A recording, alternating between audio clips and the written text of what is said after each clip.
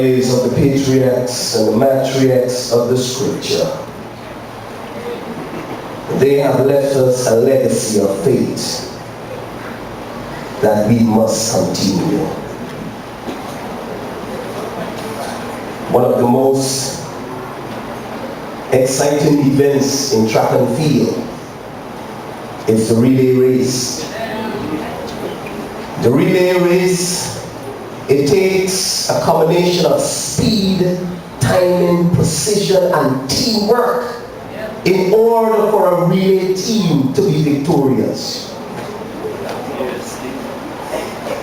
The suspense in team events is great because in an individual event, the best person generally wins. Or in an individual race, the fastest man, he wins on most occasions. If we were to bring Usain Bolt here, we know that 99.9% of the time he'll win the race. But in a team event, as in the relay race, the fastest team can lose. If one thing happens, and that is if the baton isn't passed on. Any track coach will tell you that relay races are won or lost in the transfer of the baton. Yes, man. Ladies and gentlemen, those of the past, they transferred the baton of faith to us. And it is our duty now to pass it on. The song says we are pilgrims on a journey on the narrow road. And those who've gone before us line the way. And in the chorus of that song it says, and may all who come behind us find us what? Faithful. May the what? Fire of our devotion line their way. May the footprints that we lead them to believe, and the life we live inspire them to obey. Oh, may all who come behind us find us faithful. What else can I say? There isn't enough time for me to tell you about Gideon, Barak, Samson, Jephthah, David, Samuel, and the prophets. Their faith helped them conquer kingdoms. And because they did right, God made promises to them. They closed the jaws of lions and put out raging fires and escaped from the swords of their enemy. Although they were weak, they were given the strength and power to chase foreign armies away. Some women received their loved ones back from the dead. Many of these people were tortured, but they refused to be released. They were sure that they would get a better reward when the dead are raised to life. Others were made fun of and beaten with whips, and some were chained in jail. Still others were stoned to death or sawn into two or killed with swords. Some had nothing but sheep skins or goat skins to wear. They were poor, mistreated, and tortured. The world did not deserve these good people who had to wander in deserts and on mountains and have to live in caves and holes in the ground. And in the last two verses of this chapter, the apostle says all of them pleased God because of their faith. But still they died without being given what had been promised. This is because God has something better in store for us.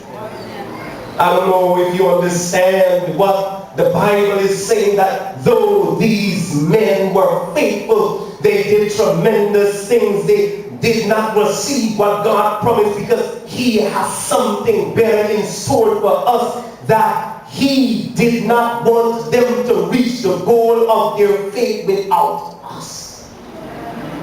Ladies and gentlemen, why they did not receive their promise, it's because of us. Hence it is our responsibility. Hence the songwriter says, oh brother, be faithful. So why, when I am broken, depressed, tortured, I don't give up? It's because I know that someone needs the baton of faith to be passed on to them. Why don't I give up? It is simply because my faith has found a resting place. Why do I stay in this race of faith?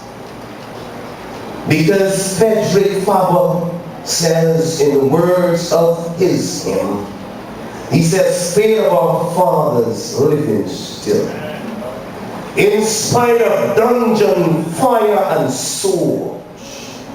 Oh, our hearts beat high with joy whene'er we hear that glorious word, faith of our fathers, holy faith. We will be true to thee till death. Our fathers chained in prisons dark, yet still in hearts and conscience free. How sweet would be their children's fate if they like them would die for thee. Faith of our fathers, living still, we will be true to thee till death.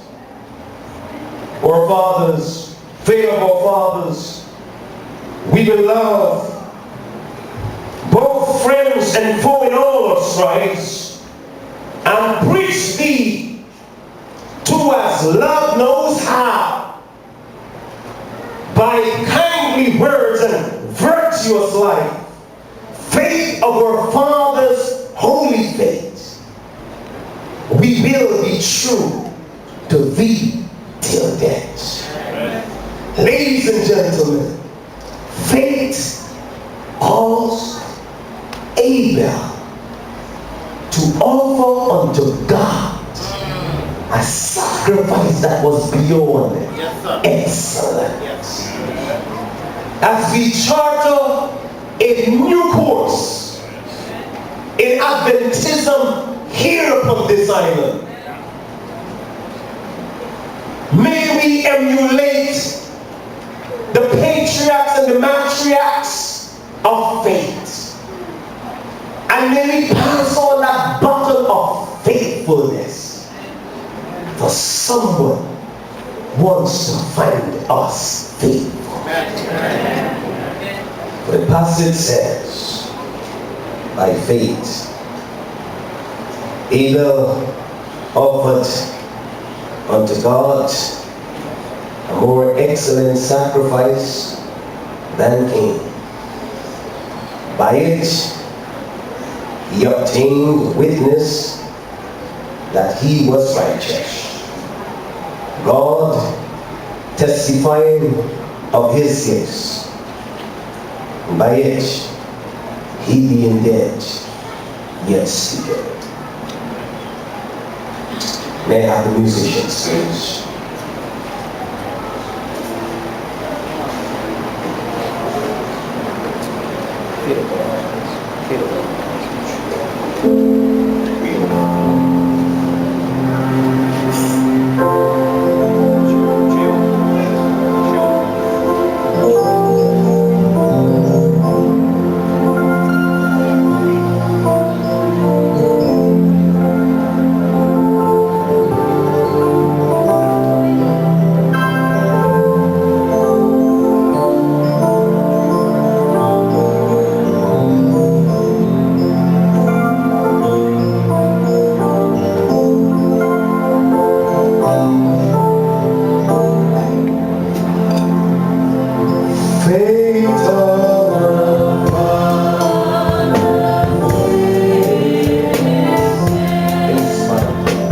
Here